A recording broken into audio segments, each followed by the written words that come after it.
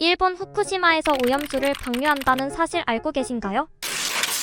지금 한창 후쿠시마 오염수 방류 공사 중인데요. 다음 달이면 공사가 마무리된다고 해요. 오염수 방류 사실 자체만으로 수산물 소비가 크게 줄어들 수밖에 없어 수산업계에 막대한 피해를 줄 것으로 예측되고 있는데요. 한국 등 주변국뿐 아니라 일본에서도 국민들의 상당수가 납득하지 못하고 있다고 해요. 지난해 일본 원자력 문화재단이 조사한 결과 일본 국민의 51.9%는 오염수 방류가 국민의 이해를 얻지 못했다고 답변했고, 반면 이해를 얻고 있다는 답변은 6.5%에 불과했습니다. 이번 여론조사로 일본 정부가 자국민들조차 설득하지 못한 채 오염수 방류를 강행하려 하는 현실이 드러났으나 일본 정부의 태도가 바뀔지는 의문이라고 하는데요. 방사성 물질의 정화 방법이나 제거가 아예 되지 않는 삼중수소의 희석 문제 등 충분한 정부 설명이 없었다고 해요. 이런 상황에 우리나라 네티즌들은 등의 반응을 보이고 있는데요. 그럼 후쿠시마 오염수 방류 시 바다 해류를 타고 전 세계를 떠돌다 얼마 만에 우리나라 바다에 도착할까요?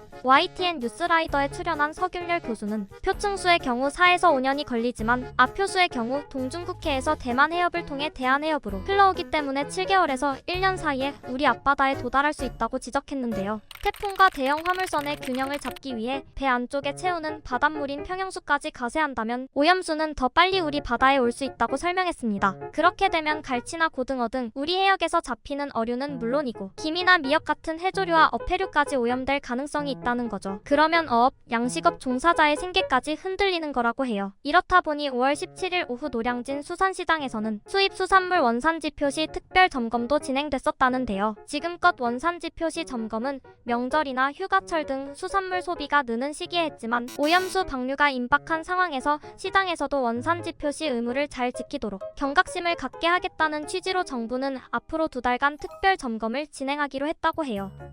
이런 상황에서 5월 19일부터 21일까지 일본 히로시마에서 열린 주요 7개국 정상회의 때 후쿠시마산 식재료가 사용됐었는데요. 후쿠시마에서 생산되는 쌀로 빚은 일본주와 후쿠시마의 지하수를 가공한 탄산수, 복숭아 주스, 그리고 지역 특산품인 구슬 양갱과 우유 과자 등을 제공했는데 왜일까요? 바로 이렇게 하면 원전 사고 이후 생겼던 후쿠시마 농수산물에 대한 불안감도 사라질 것이라고 일본에선 자신감을 보였어요. 우리나라에선 원전과 방사능 전문가 등 총 21명으로 구성된 시찰단이 5월 21일 출국해 이틀 동안 현장 시찰 일정을 마쳤는데요.